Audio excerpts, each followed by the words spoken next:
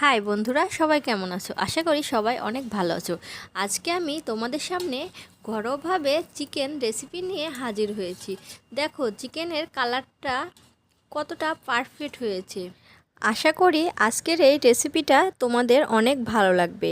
আমি আজকের মুরগির মাংসটা আলু দিয়ে রান্না করব। এর জন্য আমি প্রথমেই আলুগুলো খুব সুন্দর করে খোসা ছাড়িয়ে ধুয়ে লবণ হলুদ দিয়ে ভাজি করে নেব। লাল লাল করে আলুগুলো ভাজি করে নেব। আলুগুলো আমার ভাজি করা হয়ে গেছে। এবার আমি আলুগুলো উঠিয়ে নেব এবং আমি আলু ভাজি করা এই তেলের মধ্যে রান্নাটা শেষ করব। আমি প্রথমে তেজপাতা, এলাচ, দারুচিনি এবং শুকনা মরিচ দিয়ে নেড়ে চেড়ে 1 কাপ পরিমাণে পেঁয়াজ কুচি এবং হাফ কাপ পরিমাণে রসুন কুচি এবং কয়েকটা লবঙ্গ দিয়ে হলুদ লবণ দিয়ে আমি পেঁয়াজ রসুনগুলো হালকা করে ভাজি করে নেব। হালকা ভাজি হয়ে গেলে এখানে আমি 1 কাপ পরিমাণে টমেটো কুচি অ্যাড করব। টমেটোটা যখন ভাজি হয়ে যাবে এ পর্যায়ে আমি রসুন এবং পেঁয়াজ বাটা 1 কাপ পরিমাণে অ্যাড করে দেব। যখন রসুন পেঁয়াজের কাঁচা গন্ধটা চলে যাবে সে পর্যায়ে আমি আদা জিরা বাটা অ্যাড করব এবং আমি এখানে কিছুটা জল দিয়ে মশলাটা খুব ভালোভাবে কষিয়ে নেব। এর সঙ্গে আমি ধনিয়া গুঁড়া, মরিচের গুঁড়া, জিরা গুঁড়া অ্যাড করে খুব ভালো করে মশলাটা কষিয়ে নেব। এ পর্যায়ে আমি 8-10টার মতো কাঁচা মরিচ দিয়ে দিলাম। আমার মশলাটা প্রায় কষানো হয়ে গেছে। দেখো মশলা দিয়ে তেল বেরিয়েছে। আমি এবার মাংসটা দিয়ে দেব। আমি মাংসটা আধা ঘন্টার মতো লেবুর 2 টেবিল চামচ লেবুর রস দিয়ে মাখিয়ে রেখে দিয়েছিলাম। আমি পরিমাণ মতো লবণ অ্যাড করে দিলাম।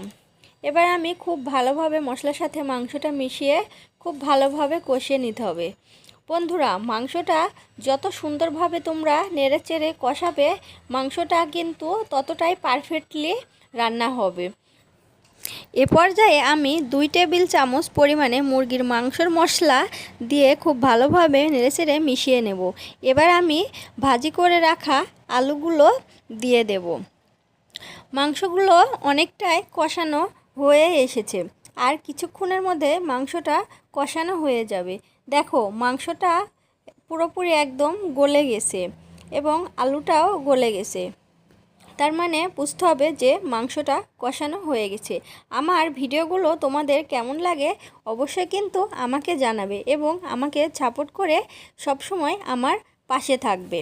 তাহলে আমি নতুন নতুন রেসিপি নিয়ে তোমাদের সামনে আসবো এবং আরও আগ্রহ পাবো।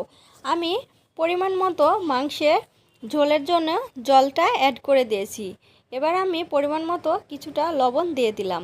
আমি এখানে গরম জল ব্যবহার করেছি। তোমরা চেষ্টা করবে সব সময় যে কোনো রান্নায় গরম জলটা ব্যবহার করার জন্য, তাহলে রান্নার টেস্ট এবং কালারটা খুব ভালো আসে। আমি মুরগির মাংসটা বেশ কিছুক্ষণ ফুটিয়ে নিয়েছি। অলরেডি আমার রান্নাটা শেষ হয়ে গেছে। আমি এতটুকুই মাংসের ঝোলটা রাখবো। দেখো মাংসের ঝোলের কালারটা কতটা পারফেক্টলি কতটা সুন্দর হয়েছে।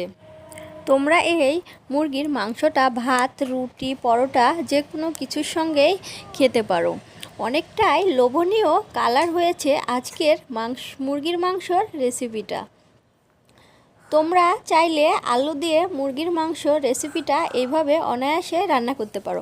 আমার ভিডিও দেখে কে কে এই রেসিপিটা ট্রাই করেছো অবশ্যই কিন্তু আমাকে জানাবে। আমার রেসিপিগুলো যদি তোমাদের ভালো লাগে তাহলে অবশ্যই আমার পাশে থেকে আমাকে সাপোর্ট করবে। সবাই ভালো থেকো, সুস্থ থেকো। আবার নতুন কোনো ভিডিও নিয়ে তোমাদের সামনে হাজির হব। Bye bye.